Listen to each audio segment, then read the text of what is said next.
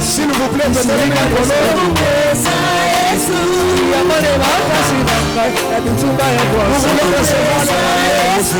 Bakuna basi bizola basili basonza pesa Yesu Ini bakokyo soki sana Mokabongisi bila pesa Yesu Ini bakopesa kana Mokalongoliyo na marosu pesa Yesu Apo baganga ina ekingere Tiloko ya motuya pesa Yesu Yamo bakosala nyoso bakolo Makise Yesu Yamo bakosala nyoso bakolo Mamaite Yesu Yamo bakosala nyoso bakolo Mamaite Yesu Yamo bakosala nyoso bakolo Mamaite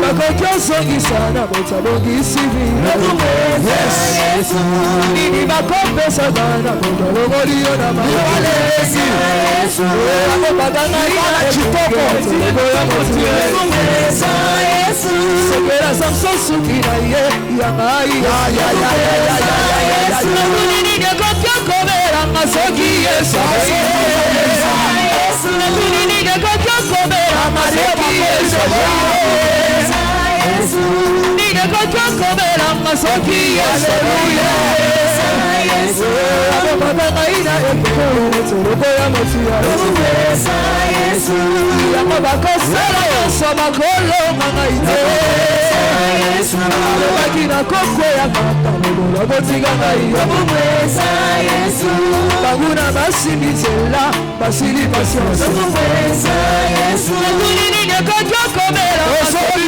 Yesu Sama Omerite na yo Omerite Yesu Asela Yesonga Basube Wadero Gisingatira Suka Omerite na yo Omerite Yesu Sosolo Longoni na mozo Amemeni Yonibo sana ye Omerite na yo Omerite Yesu Sogi bona lokubula ye Nagomesa ya maya motia Ololo Bona yo Nagoemba lo yembo ya motia Ibalele Napotina bachola Yes Napotina bachola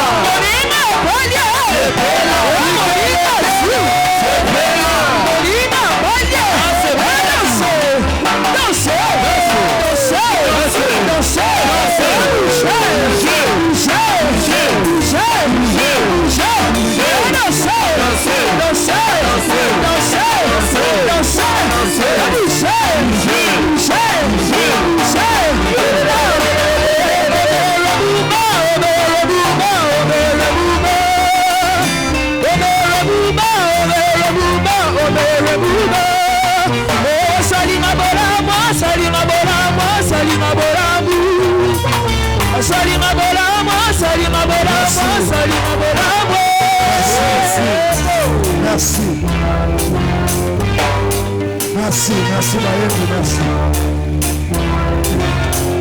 Est-ce que vous devez être boulot aux alliés? Salata makelele ko. Yamba bana bana bali kitoko. Merci. Merci.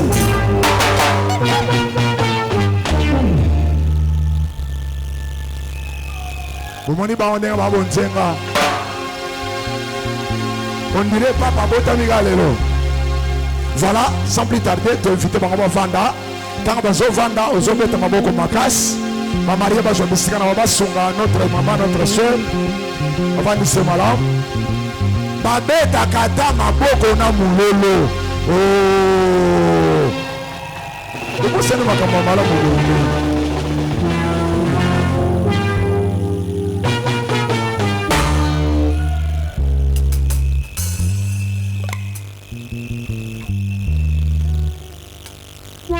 Vous avez suffisamment pris de photos.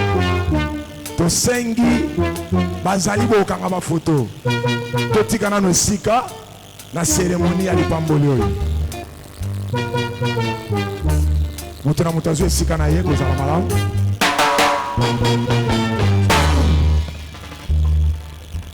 Na ebike muyembi nda abali.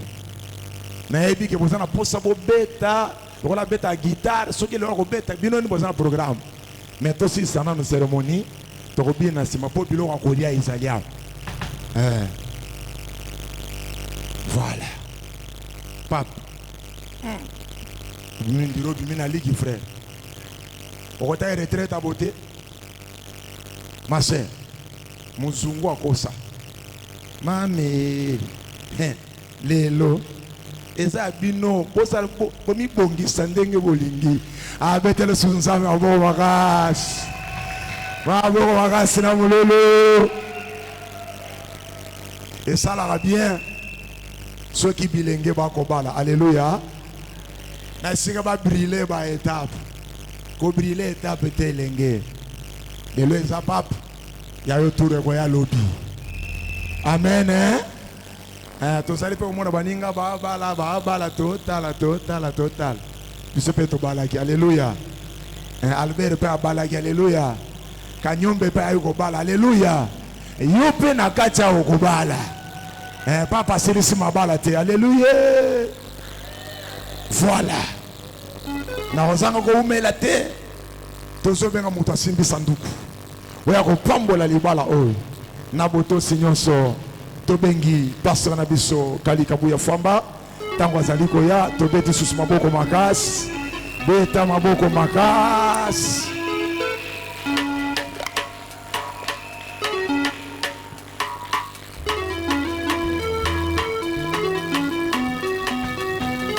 Lisusu tobeteli Yesu maboko makasi.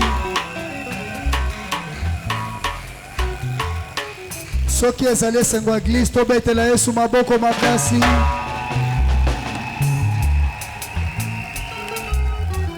Voilà. Toleki po libala euta na liloba na Nzambe. Amen. Toteyama toyeba ete Nzambe alobi. Le Seigneur a dit qu'il n'est pas bon que l'homme soit seul. Parce que celui qui a pensé au mariage, c'est Dieu. Nous sommes ici pour les couples de notre frère, ainsi que son épouse. Nous allons lire un peu la parole de Dieu. Les rôles d'un mari envers sa femme. Les rôles d'un mari envers sa femme. Et de la femme envers son mari. Il y en a beaucoup, mais on va parler un peu ce qui est essentiel. Parce que nous étions cultes. Mais toutefois, il fallait toujours attendre les mariés. 1 Corinthiens chapitre 7, versets 32 à 35. 1 Corinthiens 7, 32. Je lis et tu interprètes parce qu'on va aller directement. La Bible dit, 1 Corinthiens chapitre 7, versets 32 à 35. Nous lisons au nom du Seigneur Jésus-Christ. Amen.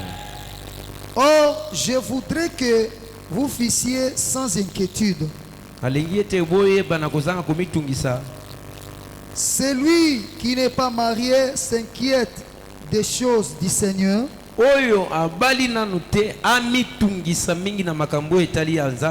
Des moyens de plaire au Seigneur.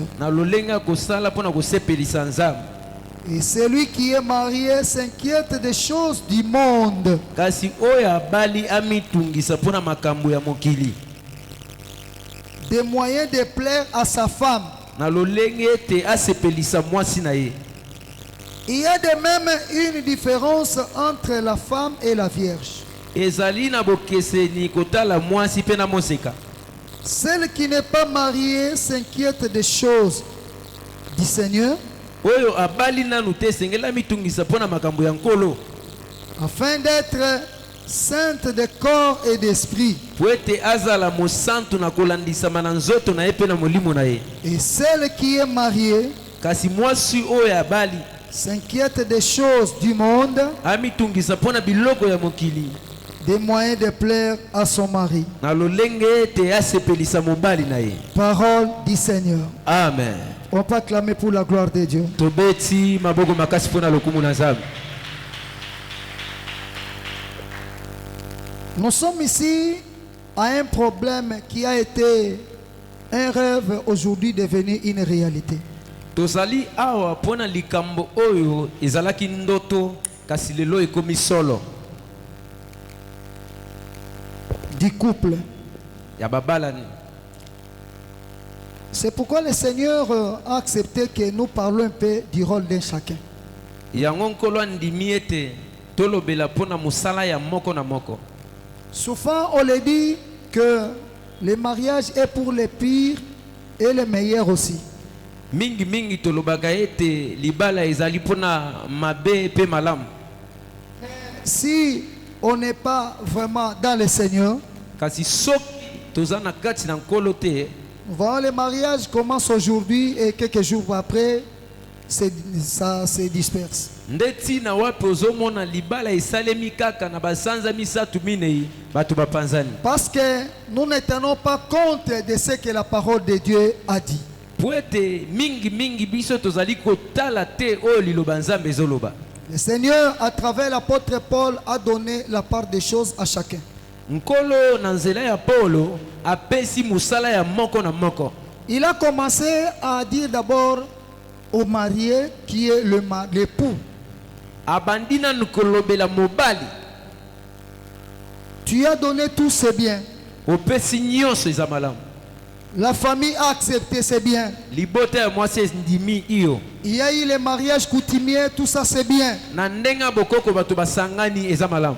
Jusque comme aujourd'hui, il y a la bénédiction, c'est bien. kino lelo lipamboli na kati ekeleze eza mpe malamu. Mais arrivé à la maison, vous deux, kasi bokomi na ndako bino mibale qu'est-ce que vous allez faire? bokosala nini? Et puis, mpe les personnes qui se disent célibataires, bato bazomilobela ete nano babali te, même un frère, même une sœur, ata ndeko mobali quel est son rôle? musala na eza nini? La Bible dit, biblia elobi les frères qui n'est pas encore mariés, biblia elobi ndeko mobali oyo nano abali te. comme nous avons nos frères ici à l'église, ndenge toza na bandeko awa na kati na etonga, comme tu peux avoir aussi tes frères dans le Seigneur, les frères biologiques plutôt. ndenge okoki kozala mpe na bandeko mibali bobotama na bango. Quel est le rôle de ces frères-là? musala ya ndeko mobali oyo eza nini? La Bible dit qu'il doit se donner au Seigneur. biblia elobi ndeko mobali oyo lokola abali nanu te esengeli amipesa na nzambe. Parce que c'est le Seigneur qui donne le mariage, qui donne la femme. po ete nzambe nde apesaka libala nde apesaka mpe mwasi. Depuis le début, c'est le Seigneur qui a pensé au mariage. ute ebandeli nzambe nde abanza mpo na libala. Adam pouvait s'inquiéter, adamu akoki komitungisa mais kasi c'est le Seigneur qui a pensé. nkolo nde abanzi. Sinon, il y a des soi-disant mariages. ntango mosusu olingi okomona bamabala neti. Aujourd'hui, nous voyons beaucoup de réalités. lelo tozomona bamakambo ebele. Un frère qui se dit ndeko frère mobali fait n'importe quoi. azosala bisalela. La Bible dit que tu dois te concentrer au Seigneur. biblia elobi lokola obali te mipesa na makambo ya Si nzambe. ce n'est pas encore le temps, soki ntango nano esengelami te. Isaac était dans les champs. isaka azalaki na elanga Il n'avait pas choisi sa femme. aponaki mwasi na ye te. Mais kasi il attendait que la femme puisse venir dans les champs. kasi abandozela mwasi aya na kati na lilanga. Aujourd'hui, Lelo c'est dans l'église. eza nde na kati ya eklesia. On n'a pas dit que tu restes toujours à l'église. olobi te kotikala kaka na eklesia, Non, mais tu laisses le temps au temps. kasi otika tango na tango. Parce que le mariage charnel Libala que nous voyons ici, oyo tozomona awa, le Seigneur l'a accepté parce qu'auprès de lui, il n'y a que le mariage. nkolo andimi yango mpo ete epai na ye eza kaka libala. Lui qui est l'époux ye ko aza mobali, et l'ensemble de ses enfants forment une femme. kasi lisanga ya bana na ye nde basalaka mwasi. Mais le mariage de la terre, kasi libala oyo ase ya mabele awa c'est un temps tu dois tendre. ezali ntango nde esengeli ozela. Ne te précipite pas. kokende na lombangu te. Toi qui es célibataire, l'homme, yo moto obali nanu te mobali, ne commence pas à rêver n'importe quel songe en toi. kobanda kolota bandoto ya bisalela te. Si tu te donnes au Seigneur, soki omipesi na nzambe, et si le Seigneur a besoin de toi, soki nzambe aza na posa na yo. nous avons suivi ceux qui étaient venus le matin ici, les témoignages de notre frère Finé tolandi biso nyonso litatoli ya papa na biso Fine pour sa sœur. mpo na ndeko na ya mwasi. Elle a fait beaucoup de temps. asali ntango ebele, Aujourd'hui, le Seigneur l'a visité. lelo nzambe atali ye. Frère, ne t'embrouille pas de déranger n'importe quelle sœur. ndeko mobali komitungisa te obanda Le kotungisa bandeko Seigneur basi. a besoin de toi de le servir. nzambe aza na posa na yo osalela ye, C'est lui qui va penser à toi. oyo akokanisela yo. Parce que le mariage, c'est une charge. libala ezali mokumba. La Bible dit, Bible elobi l'homme doit aimer sa femme. mobali esengeli alinga mwasi na ye, Et la femme doit se soumettre à son mari. kasi mwasi esengeli asokamela mobali na ye. C'est comme notre frère ici, Pape, eza lokola ndeko na biso pape. doit aimer sa femme. frère pape esengeli alinga mwasi na ye, Et la femme doit se soumettre à lui, Pape. kasi mwasi ya frère pape esengeli Et asokamela ye. pendant que tu n'es pas encore marié, lokola obali nanu te, peut-être tu te prépares à entrer dans le mariage. ntango mosusu ozomilengela mpo okota na libala. Laisse compliquer les sœurs par-ci, par-là. tika kotungisa bandeko basi bipai moko mpe mosusu. Donne-toi au Seigneur. mipesa nde na nzambe Parce que le mariage, c'est toute une vie. po ete libala ezali bomoi mobimba. Aujourd'hui, nous avons vu que les gens se marient aujourd'hui lelo tozomona bato babalani lelo parce que demain il a eu l'argent. po ete azwi nanu mbongo. Je dois chercher la femme de mon rang.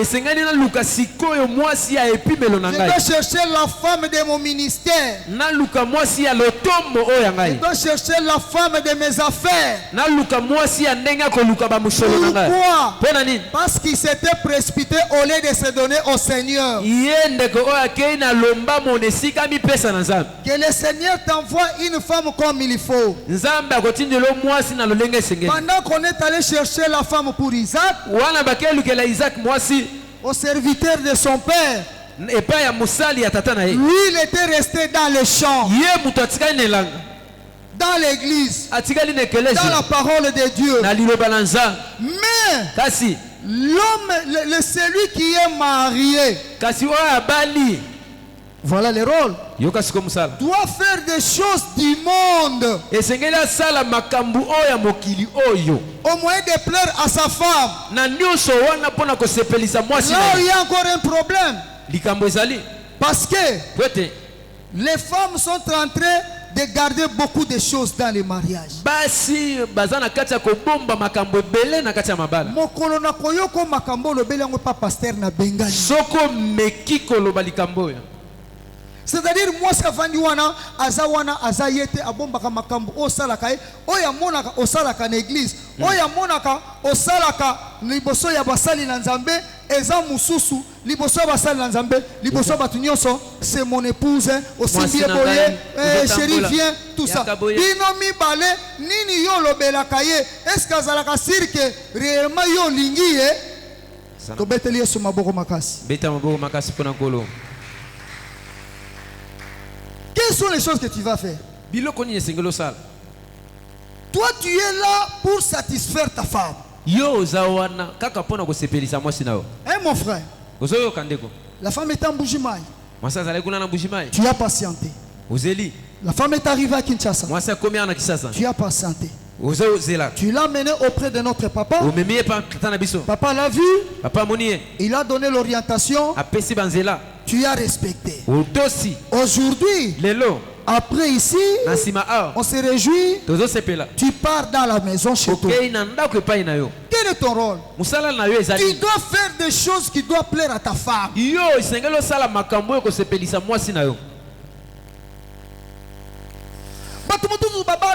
Omoni boye kotambola longo batambolaka te lisolo ezalaka te non te mwasi na ndaku ayeli ndaku na yo te ayeli yo voilà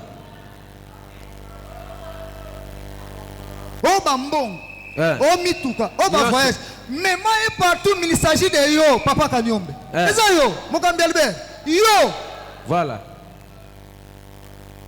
ndoko mona mutu muso azala mbongo ebele mais mwasi na ye komi ote basoupçonnaki basoupçonne mwasi parce que mwasi azomona te nini ozwaka ta kozala na elongo te ayelaki nde yo voilà azokonda ozala masolo na ye te tu dois voir le temps tu veux sortir soki mosala bino te et puis sortir ebele ya nini bimela ozozonga kaka mwasi na yo fa yeba oyo okenda mosala ozongi aza mpe na posa na yo voilà bamisusu okuta azosala barapport ya mosala na ordinateur tina mbetu amatina yango lisusu kuna j'ai des rapports avec mes autorités autorité tina ndako mbongo ngo tina ndako frère ozoluka mbongo tina chambre mbongo tina ndako bakalikili tina chambre oyeki kolukela nini voilà sala programme cahier de charge na yo il faut la cahier oyo il y a un temps pour toutes choses voilà. Il y a les moments où nazana musala il y a les moments où na yebi ke naza sunga moko te zoto ezali ya ngai te ezali ya mutu moko bo nakenda mona ngai voilà yango ndoko mona vous allez voir que quelqu'un qui vient de service mutauti musala ba restaurant malewa et comment yaye ezalaka te restaurant nyonso ya ville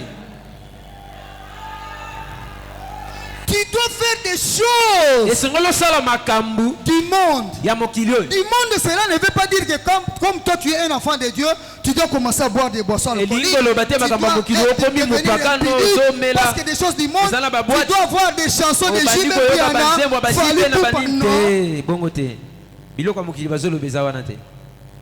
elle s'est sacrifiée pour que toi pour t'accepter toi.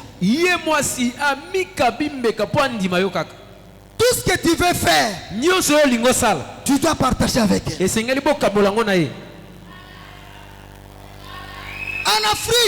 En Afrique, en RDC en particulier, précisément en RDC, si tu n'as pas la vérité avec ta femme, les jours où tu auras des problèmes, ta famille, comme ton grand frère qui est là, il sait que ta profondeur, celle qui connaît ça, c'est elle. Siko obombela kaye yebisanga nanu ameko koma kete loba vérité loba vérité nini e kono tubela na tubela nini mobala loba ka vérité te makambu na yenga na yebi yango te. Tu dois être transparent vers ta femme. Yo zala polele na mwasi na yo. Si c'est la personne à part Dieu soki otaleli nzambe qui doit bien te connaître, c'est ta femme. Ta femme est ton premier enfant. Tu dois l'endoctriner. Si tu n'es pas là, elle n'a rien à répéter si ce n'est que ce que tu lui avais dit. Papa n'a pas lingaka boye. Papa n'a pas lingaka boye. Parce que ça moi non liboso. Voilà. Bon, ce qui est à encadrer, parce que c'est toi le pasteur de ta maison. Ah, yonde pasteur yanda kuna yo. C'est pourquoi l'homme doit maîtriser bien la parole de Dieu. Si la femme n'a pas compris, tu dois partager avec elle à la maison. Mais il faut voir le temps.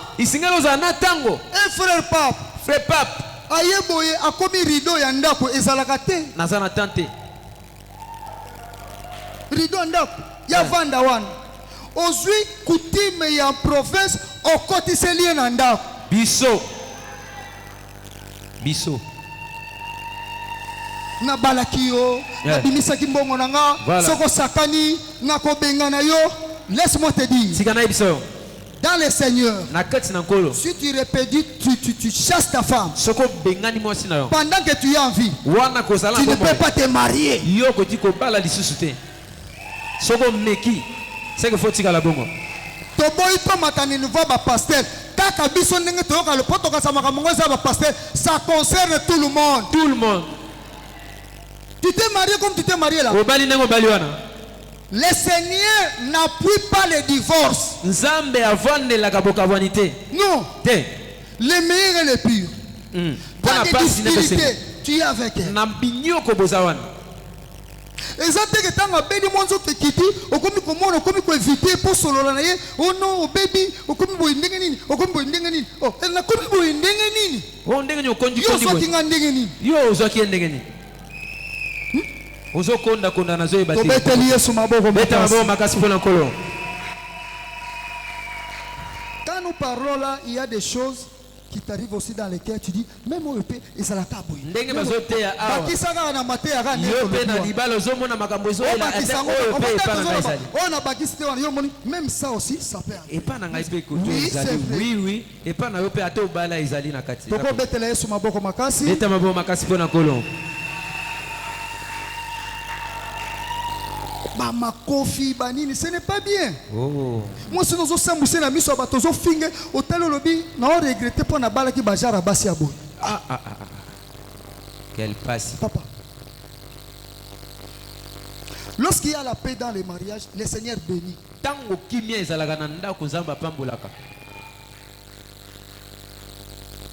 acclamons pour la gloire de Dieu tobeti maboko makasi mpona lokumu na nzambe beta maboko makasi mpona lokumu na nkolo maintenant quand le mari fait tout ça ntango mobali ndeko oyo azosala makambo nyonso oyo et à ton tour ma soeur ndeko mwasi na tour na yo qui a aussi ton rôle à jouer eza na mosala oyo esengeli osala te soumettre à ton mari kosokamela mobali na yo de faire des choses du monde au moyen de plaire à ton mari. osala makambo mokili mpona kosepelisa kaka mobali na yo Tu dois les connaître en tout et pour tout. sengolo oyeba ye na nyonso mpe mpo na nyonso Sa façon de se vêtir, lolenge na ye kolata tu as la suivi, yo ozolandela de manger.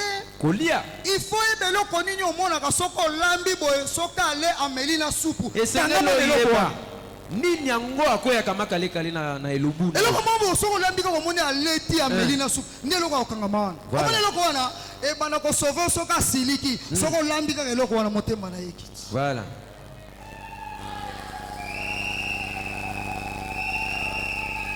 ata silika kindenge na okita ayebuna bakole atale abi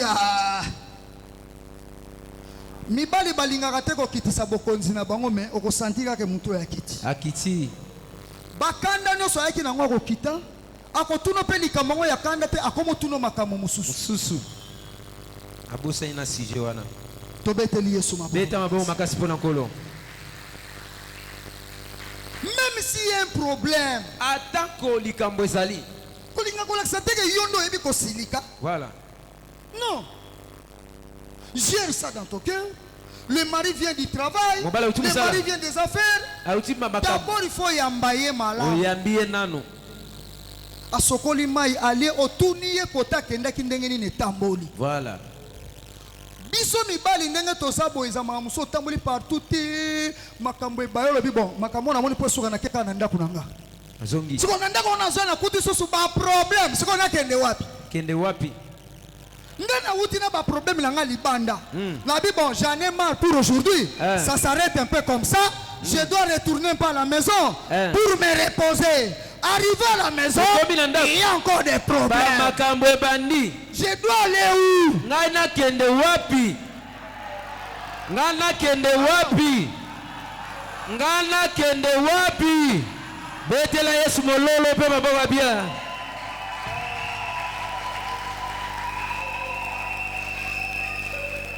Nous nous avons vu des tomona ba mibali oyo akoma kolia makasi na maleo. bozomona ye na bamalewa. Otali eboye ti olobi me etondeli ya boye oyo na ndako na kolia te. Soko landi bien, okomona ke na ndako ba servante malamu te. Ba makambo ezali kuna. Le mari arrive à la maison. Mobile komi na ndako. Il n'y a pas bonjour. Bonjour ezate. Si lui-même commence à te saluer, Soki ye moko bandi ko peso moto. tu réponds insolemment Yo zo ya no laika ka pour bona montrer sina. que comme tu es venu là, Ndengo yawa. il y a des choses. Ba makambo ezali Il singo y a to des solo. choses très tôt comme ça. Ba makambo tongo boye. Il faut qu'il demande que non, tu avais déjà une réponse. Ah. Yambo senga mai ya no eza déjà. Tango akosenga kaka mai. Soki ameki kaka ko senga mai. Oyo nakobeta ye. Aolapa. Na ko seleka na mai. Et puis, na yebise que tant na pose son moment te zwaka décision. Ah. Zo décision ça oyo lingi. Ma sœur nzamba pambola. Ndeko mwasi nzamba pambola yo. Ozokanga malamu hein? Ozolanda malamu. Hein? Ozolanda. Voilà. Ce n'est pas seulement elle. Ezaka kayete. Même nous qui sommes les mariés. Ata biso batobala. Il y a des réalités. Ezana ba makambo ebele. C'est à l'église où nous voit que nous sommes mariés. Esengeli nde eklesi mona ete biso Mais à la maison, il y a des choses. kasi kuna na ndako makambo Les papas ici sont pas embrouillés batata bozo mona ba makambo ezali par les comportements des mamans. bazala na ba bisaleli ya ba mama Non. Te. Cherche le temps de parler à ton mari, surtout à partir de 3h, 4h du matin. luka na 3h 4h solo la na Les papa enfants, les invités sont bana endormis. batu nyonso balali Tu l'as bien servi. osaleli Il sait musala qu'il malamu n'y a pas un problème. ayebi ete likambo eza te 3h, 3h quelle que soit la grandeur des problèmes, atako likambo eza monene tu les réveilles. omemi ye Tu commences à lui montrer maintenant la situation. bandi kotalisa ye Avec beaucoup de sagesse. na bwanya nyonso Ce n'est pas pour renverser, pour détruire la maison. eza mpona kopanza libala te Mais tu le fais pour construire ta maison. kasi ozosala yango mpo otonga ndako ya yo. Comment la femme est là pour se soumettre à son pasteur plus que même son mari? lolenge nini mwasi akoki kozala wana azosokamela papa na ye ya molimo koleka na Dans mobali na la ye parole de Dieu, na liloba na nzambe on oyo n'a pas dit balobi te que la femme qui est mariée ke mwasi oyo abali doit faire des choses asala makambo ya spirituelles, molimo des moyens de plaire au son po pasteur. asepelisa paster na ye te C'est ce qu'on a dit. balobi bongo te Est-ce qu'on a dit que la femme mariée doit faire des choses spirituelles au moyen de plaire à son pasteur? motuna mwasi oyo abali esengeli asala makambo asepele paster na Du ye monde! C'est-à-dire ce que l'homme aime. oyo C'est ce mobali que tu vas alingi faire. nde esengeli ndeko mwasi asala Kokendete. okobima te kobima te Vanda. vanda wana vandi Soko moni que c'est important, luka manière ni akosenga. Soka boy mokolo wana lekisa, tika ngona ba prière. voilà Kotombaka te na kofundwe pa pasteur non. Te. Okobimisa seke elingi koloba ete ngana balela ko pona pasteur. Voilà. Ba réponse wala bimaka mingi na mibali. Voilà. Ngana balela ki pona mpona pasteur. paster Siko koyoka mobali asuki motema komoloba nazokende na yebisa pasteur na bino wana mais ye moko pa sambelaka na église wana Voilà. akomoloba na mwasi naki na yebisa pasteur paster na na bino bino yanga lisusu te tobeteli yesu maboko makasi. beta maboko makasi mpona nkolo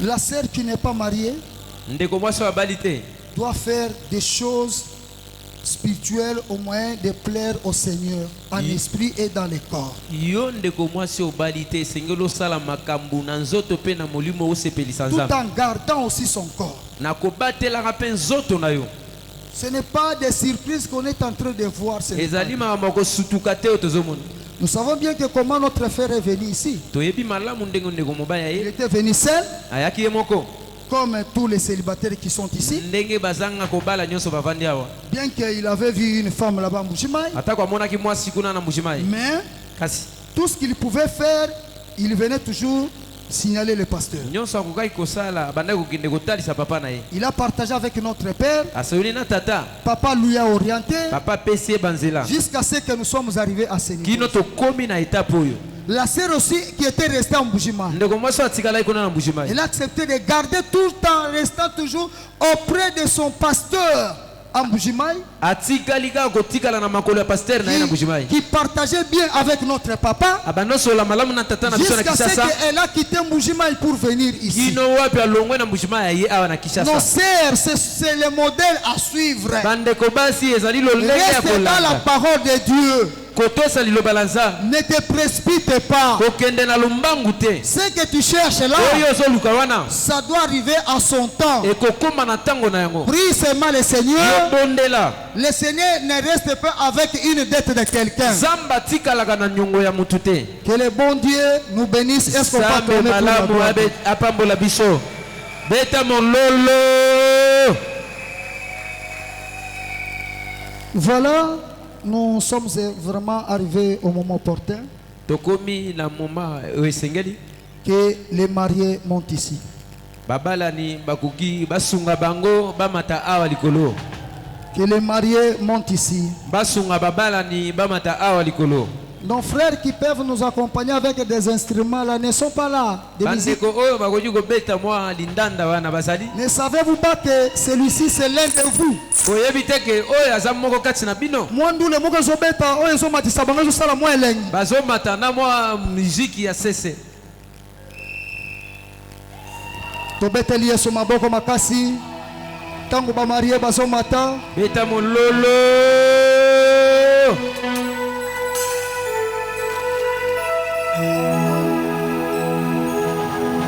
La sœur comment elle s'appelle? Sharon. Là c'est papa.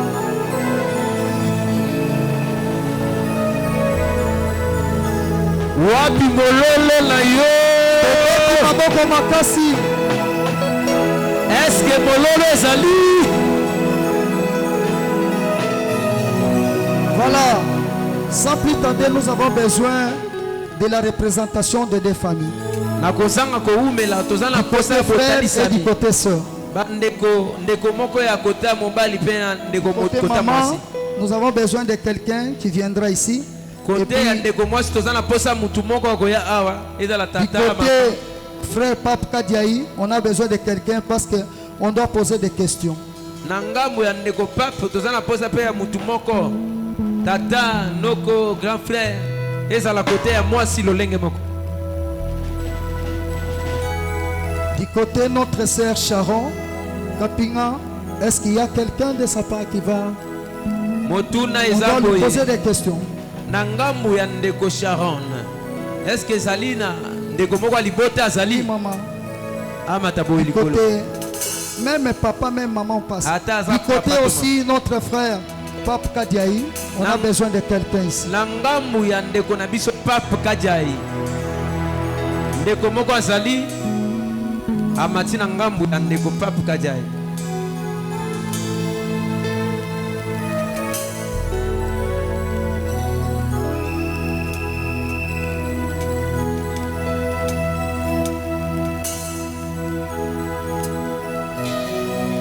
Voilà, nous allons commencer par la famille.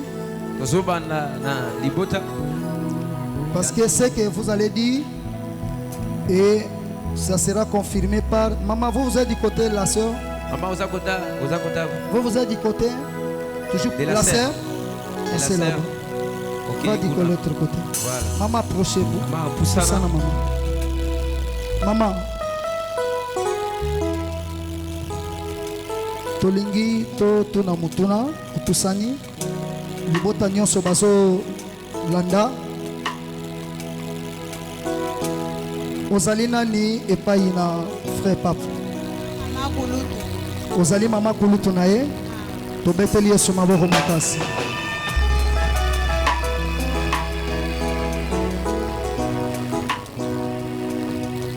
tolingi koyeba sero alati voile oyebi ye est-ce que bopesaki biloko nyonso na famille oyo basengaki mwasi yango bopesa ye biloko bosepelaki na ye tosepeli na ye tobeteli yesu maboko makasi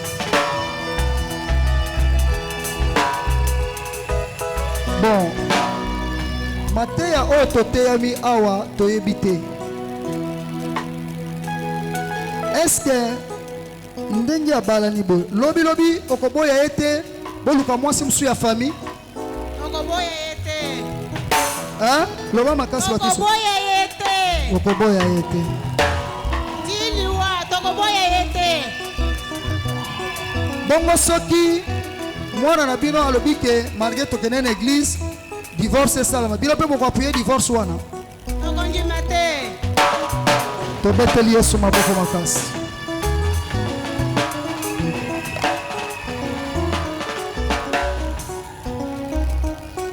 Pesa mikro epa mama toyoka soki biloko yango bazwaki. Mama yo kombo nani? Gerti. Oza nani epai ya ser na biso Sharon? Aza yaya na ye. Oza yaya na ye? Makambu mama na biso auti na koloba ete bapesaki biloko nyonso epai na bino bozoyeba bango? Bapesaki. Bapesaki biloko nyonso? Nyonso. Eloko moko etikalaki te? Ata moko te. Tobeteli Yesu maboko makasi. Si.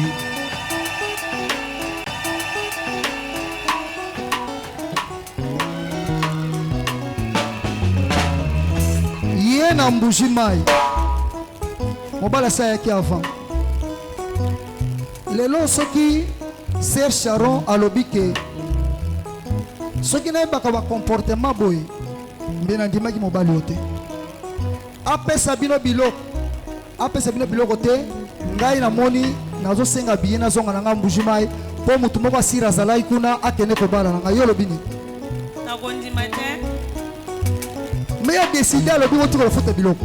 Tokondima ngo te ata moke. Soki lelo oyo frère pape ndenge aza boye mo moto akobela akondi makasi to se rétablir na kokonda na ye wana bokoboye te kakomi mobali malonga te. Tokoki kosala ngo te ata moke. Tobeteli Yesu maboko makasi. Si. Omoni mituna oyo etunamaka na église Nzambe nde batiaka témoin. Tomona yango pete te. Je crois souci na biso ezalaki toyeba wana bokoki kozonga mama ozongi tobeteli Yesu maboko makasi. Beta maboko makasi ndenge bazokita.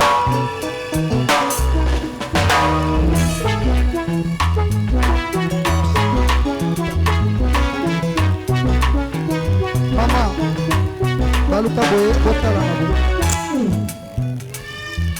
bopusana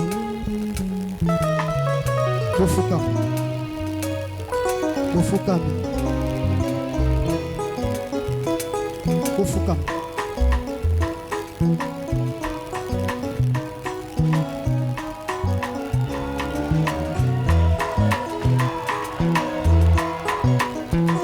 oyo ezo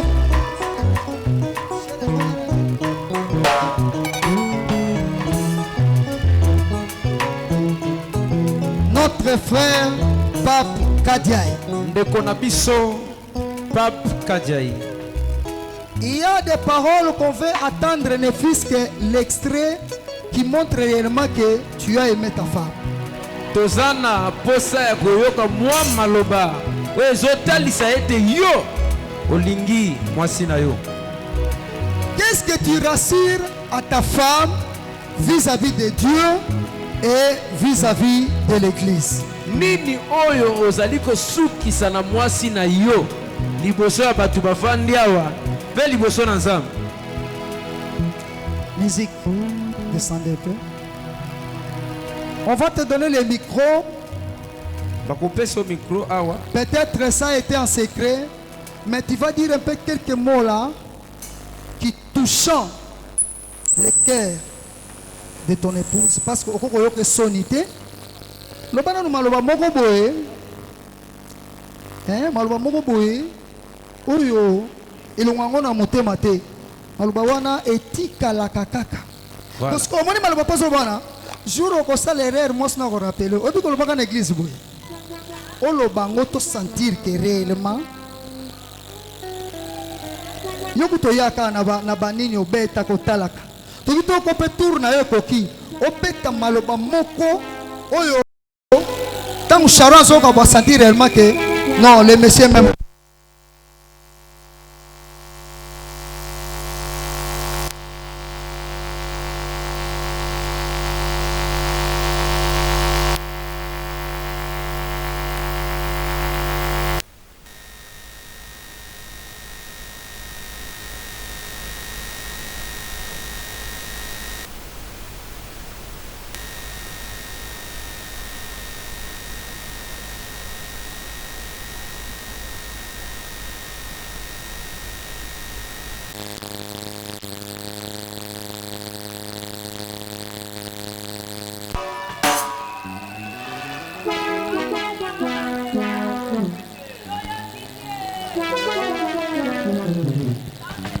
alobi nanu te. allez micro na ye ata yango esali te me tona posa ya loba oluka micro na eloba bon zwa micro na ngai loba maloba ya mozindo. Sharon, ma princesse, je t'ai connue comme une simple voisine, cliente et collaboratrice du quartier. Mais le génie du Créateur t'avait prévu comme une partenaire de vie. Notre histoire d'amour était un tir à balles réel. C'était plus intense, ce n'était pas facile. C'était marqué par beaucoup de cicatrices. Mais ces cicatrices démontrent notre amour, notre force, notre résilience et surtout notre amour qui nous lie. Aujourd'hui, par la grâce du Seigneur, nous sommes en train de chanter cette belle mélodie. Dans la symphonie de l'amour, de l'espoir. Et je crois par la grâce du Seigneur qu'on chantera cette belle mélodie jusqu'au fin de notre jour. Bas célibataire, bon enregistrata. Si je peux parler sur toi, Bas célibataire, bon enregistrata. il a fallu que j'écrive tout un roman. Parce que devant moi, je ne me vois pas seulement devant une belle femme, mais je me vois devant une femme patiente. Une femme soumise. Une femme qui a su accepter ma discipline, ma dureté et surtout ma tête dure. Aujourd'hui, tu as accepté que l'on puisse se tenir devant l'assemblée pour que l'on soit appelé époux et épouse. Devant toutes nos deux familles réunies, devant les autorités, devant le ciel et la terre, je te promets l'amour, la protection, l'assistance et surtout je ferai tout pour te rapprocher près du Seigneur afin qu'on y ait ensemble lorsqu'il sera de retour. Je t'aime de tout mon cœur. Merci beaucoup.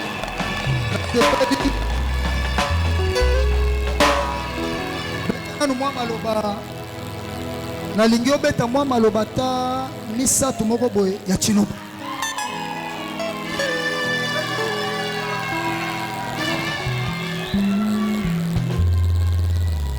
Sharon Chilongwany. Ujimuka jwa chitenda wa mai mumesu wa mabena halujini.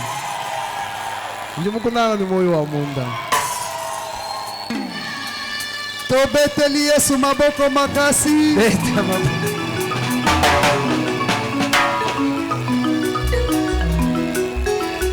Ah, sœur na biso Sharon.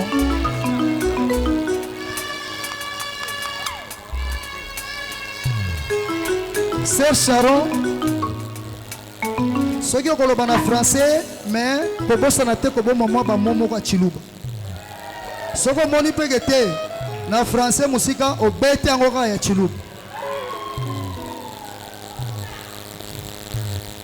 Pape, mon amour, j'ai béni le Seigneur pour ton existence dans ma vie. On a toujours parlé du jardin, mais moi je t'appelle mon Éden. Parce qu'en toi, je vis des jardins de bonheur, de joie et de paix. Tu as toujours été près de moi lorsque j'avais le plus plus besoin de toi.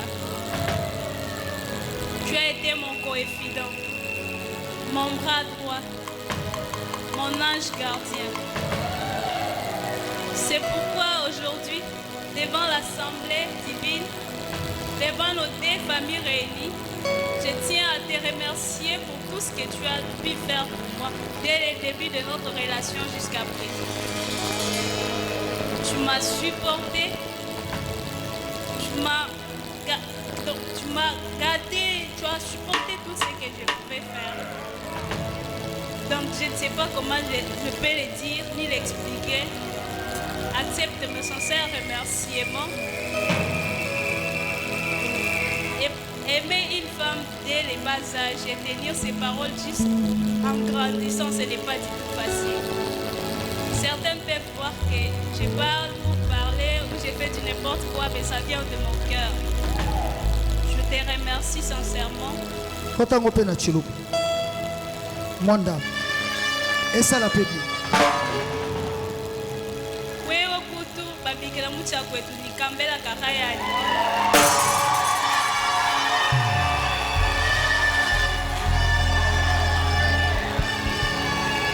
Musunya waku wai musunya.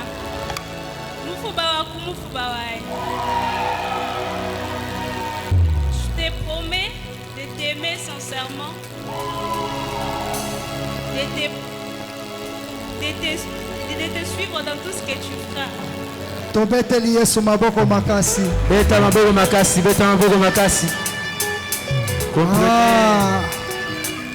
Wana eza maloba oyo etikali souvenir. Na tango ekozalaka neti te.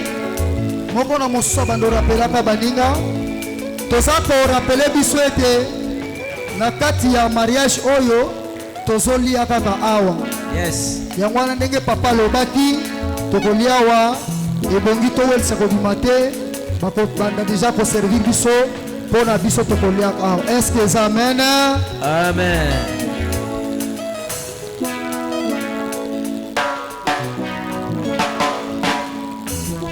bakopesa biso baalliance na bango.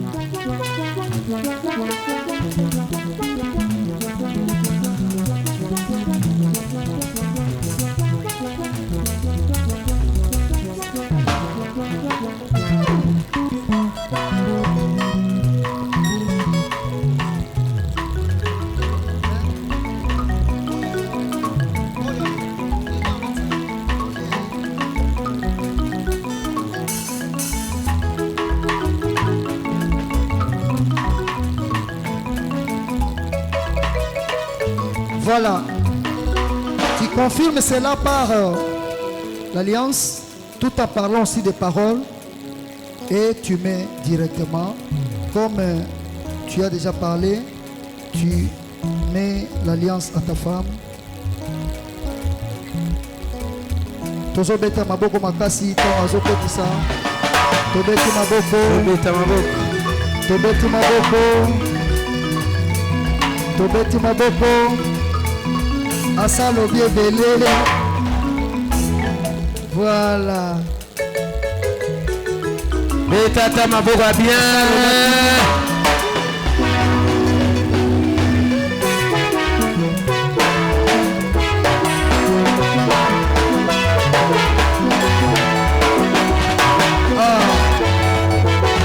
Ope ezali mpona papa ozolatisa ye tozobeta maboko ntango azolatisa ye tobeti maboko makasi wapi mololo. voilà.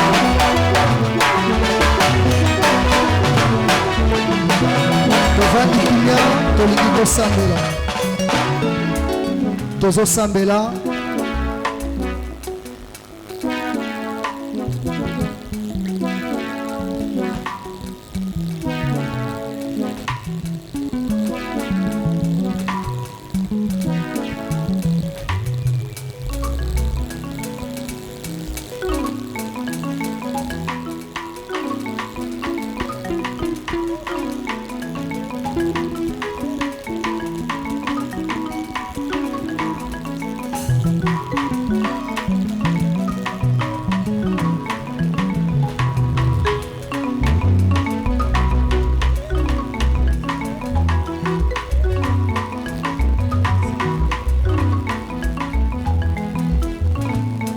Zamba pambola biso. Zamba pambola biso. Amen. Sikoyo tozali kosa la prière parce que le mariage est honoré de tous, c'est-à-dire Nzambe yemoko azala likolo na nyonso. Nzamba pambola biso. Tozo pambola bango et puis nasuka nango nde ya kotelema pe afongola voile na ye pe ayeba na kolakisa réellement ke alingi mwasi na ye. Amen.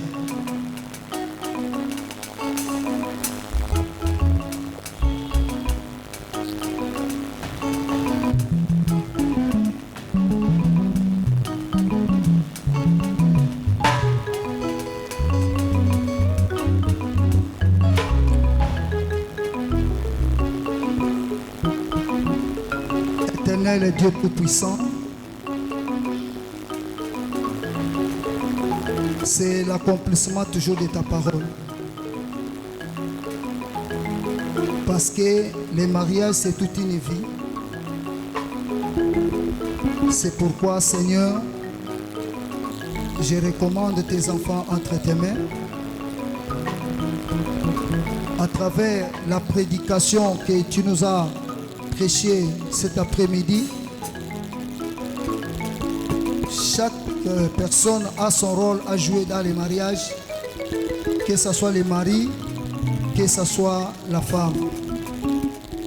Mais toutefois, nous recommandons ta capacité de les réunir, Seigneur, de les soutenir puissamment, soit leur bénédiction, parce qu'ils ont accepté de t'honorer, Seigneur. La parole dit, lorsque vous allez lever le Fils de l'homme, vous connaîtrez de quoi il est capable. Sois leur Dieu. Aujourd'hui, ils sont deux. Demain, qu'ils aient des enfants. Qu'ils aient tous les biens qu'ils en auront besoin. Que tu sois leur protection, Papa. Toi, le Dieu de notre Père, Stéwa Longoli, où ils ont accepté d'obéir à tout ce qu'ils avaient orienté. Accompagne tes enfants, Seigneur, qui te servent dans leur vie, dans tout ce qu'ils vont entreprendre. Le succès et la réussite soient avec eux. Au nom de ton nom, Seigneur Jésus-Christ, le Dieu de notre Père, je te bénis dans le nom de Jésus-Christ et je les fais déclarer qu'ils sont mariés et que tu sois leur vie, rien ne puisse les séparer par rapport à leur parcours sur la terre, s'attachant toujours dans la parole de Dieu. Au nom de Jésus-Christ. Amen. Tobeteli Yesu maboko makasi. Wana tozosenga papa telemisa mwasi na yo. Bapare bakozalaka kaka wana te. Yo moko nde fosimbaka ye. Sikoyo aza na sa voile. Yo moko tombola voile wana otala madame na yo. Fongole la voile otala réellement Esaïe.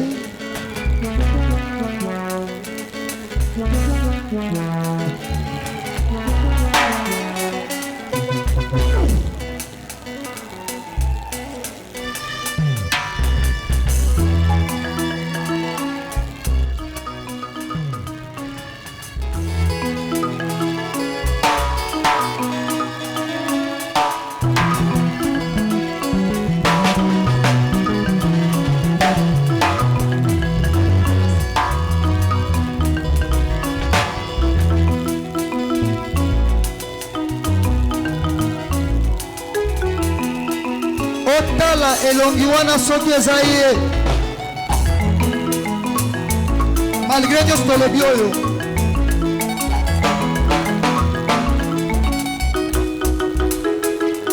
frère na biso Pape Kadiai elongi omoni oyo eza ya ser na yo olingaki oponaki komone Sharon, est-ce que eza ye? certainement c'est elle.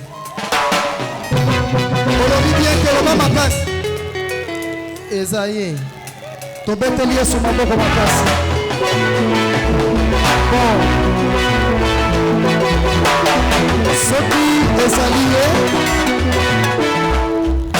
soki ezali ye pusana nanu opesa ye mwa eloko wana esalaka bien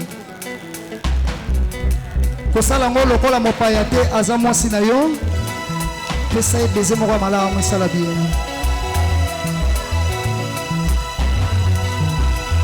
bafoto eza wapi ah frère azowelela mbangu lokola balobi bandela frère oza soni boye ndenge nini mwasi na ye opesa lokola mopaya cette femme on prend même des photos ici on peut savoir quand photo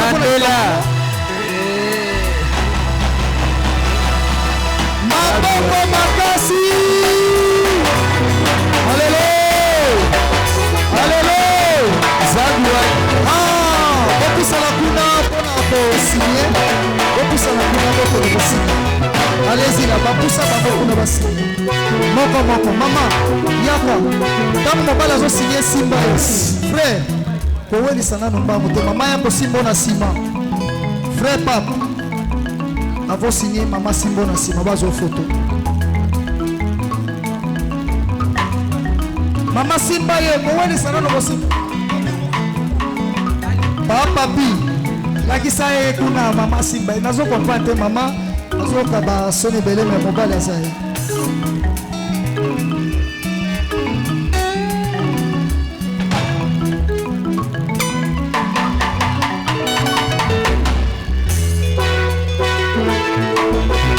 voilà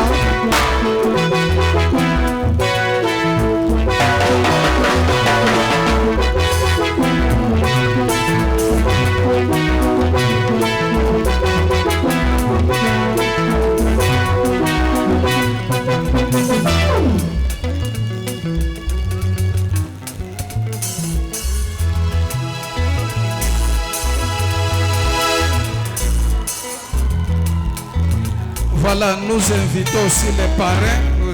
Merci beaucoup. Vous pouvez attendre un peu. Nous invitons les parrains. Venga ba parrain.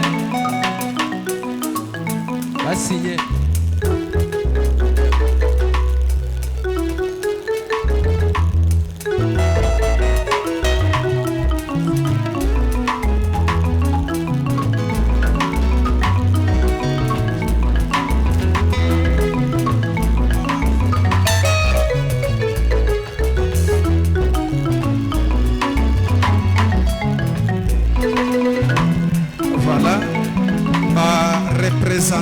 Il y a papa Pekadiaï, papa na mama, mama Kulutu azawat.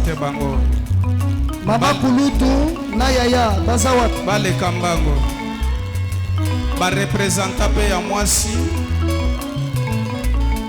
Ba représenta grande sœur ya Sharon. De Charlotte, baleka très rapidement.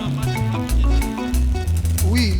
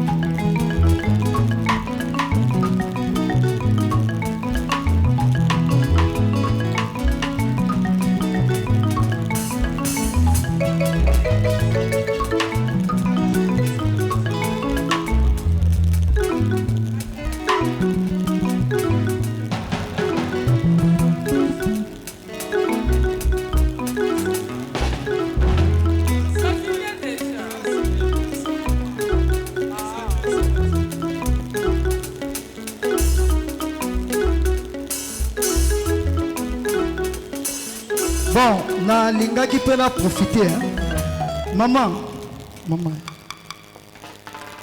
Tomonaki mama kolutu. Papa na biso azobeta guitare wana tozomona papa Roger Mukendi. Oyo azaleki na ye. Baser na biso musu basana protocole. Mama bota bango yeyo.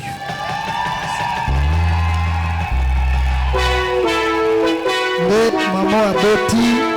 Tabetela babiso na basse, ba guitare, maman aboti yeyo. Maman kongona. Atokalashi Zamba pambola o makasi tosepeli komona mokolo lelo mokolo mosuku o visiter biso na église. En tout cas Zamba pambola bino wana tozosenga ba marié parrain okiti ba marié bakita okitsa bango.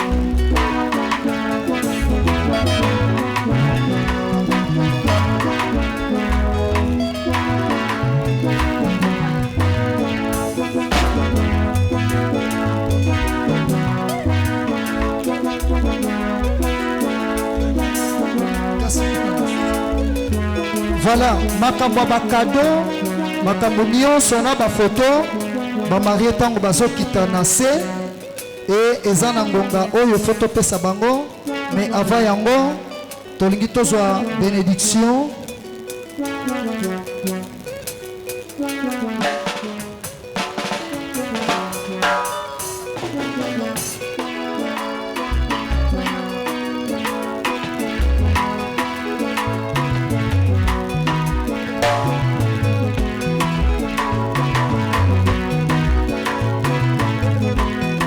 En tout cas, comme ma bakado tepo, même fête toza nango kaka ao. Bakado ne se kopesa mela kaka ao. Mais avant bakado pesama, ba photo pesama, tomoni toteyami tolobi nyonso, mais photo zo bénédiction yasuka et pas ya papa na biso, père na biso spirituel. C'est l'évangéliste wa Longoli tango naza kobenga papa to beti maboko makasi pona lokumu na Nzambe beta maboko makasi.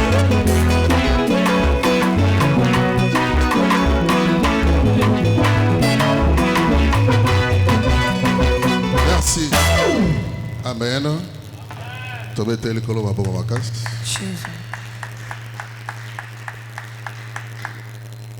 Zamba pambola bino. Pambola ndeko pape tosepeli mingi.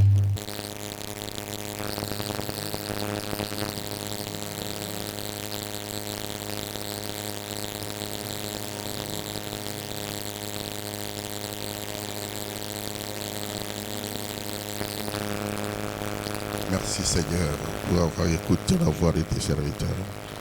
Merci pour le rétablissement. Merci pour la guérison que tu accordes. Merci pour ta puissance. Merci pour ta grâce et pour ton onction. Merci Seigneur notre Père. Parce que la guérison entre maintenant dans ce corps. Donne gloire à ton Père du ciel de la terre. J'ai confiance en toi. Merci pour le rétablissement. Gloire à toi éternel. La comme on a expliqué. Amen. Tofandi. Rendez-vous nous sera en lelo. Nous renvoyons la semaine prochaine. Amen. Le temps pour moi de se reposer un peu. Que Dieu vous bénisse. Zamba selabino bola. Zamba tombolabino. Zamba matisa bozuya moko na moko. Zamba sepelisa moko na moko. Tokoloba lokola David, je ne mourrai pas, je vivrai et je raconterai les œuvres de l'Éternel. Que Dieu vous bénisse. Vous passez fête ya malamu et l'on a ndeko pape l'obitola qui tiba 2h du matin pour nako obongisa fête. Alléluia. Alors je crois que vous m'aimez pas cadeau ya bien. Mbongo ya malamu, vous pambola ba. Amen. Que Dieu vous bénisse.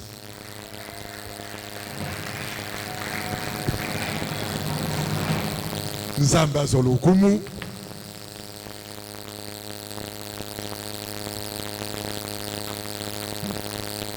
Ezana batu mususu bazaki na bakado na bango.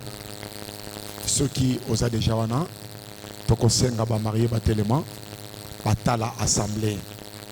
Tant batelema batala assemblée yo muto yaki na cadeau opusani déjà ya ba mama balobi kolwa sunga lobby.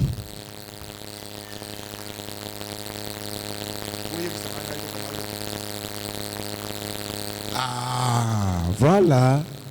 Ba mama bazana cadeau na bango betana maboko makasi. Oh, faut pesa.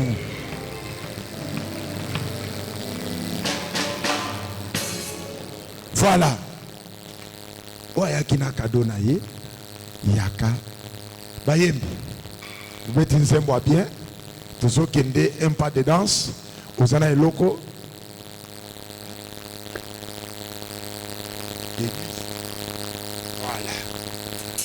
Cadeau église ezali, cadeau ezali, ozana cadeau, kupesa, nzambe azwa lokumu. Voilà. Loyembo zobeta, oyaki na eloko opusani, kaka ndenge tolobi wana nzambe azwa lokumu. Tokei. Ebandaki lokola ndoto, ebandaki lokola maseki. Tolonga bambonge pe mi pepe, bilobela ya batu koloba teo. Si ça ne dépendait que des hommes, ce serait fini enterré. Nangolu na zambe, tokomi balongi, babongi bisole maye. Baem s'il vous plaît. Mon sapito la panindai, toko kindeko kabwana teo. Tout ce éclaircir boy. Église européenne sa cadeau. Mais ceux qui m'ont soit un cadeau, au bongisaki oyepe nango c'est pas un problème. Il y a très grand maman cadeau, ma photo basali au kokanga s'il vous plaît. S'il vous plaît. On a cadeau église, basole ngelango déjà. Ebanda kilo kolandoto, ebanda kilo kolamaseki. Cadeau église Zoya. Banana logistique, il y a logistique, il y a la logistique, bah ça peine à cadeau na bango. Pour moi, si na biso ça la peine à logistique. Voilà. Ce qui est peu yaki na cadeau ndenge zalaka kaka.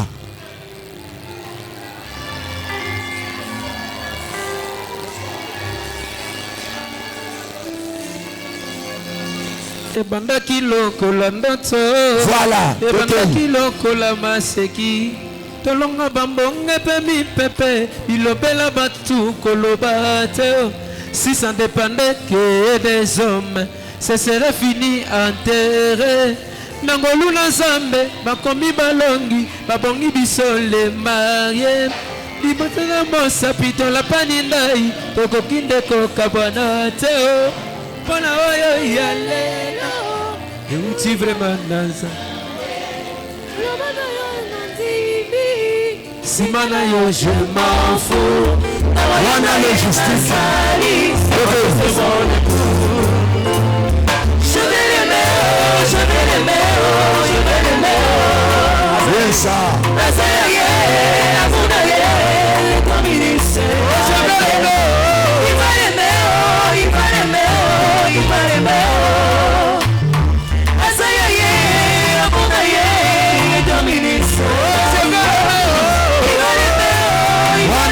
Logistique bazoya. Wana bazana misaka sika.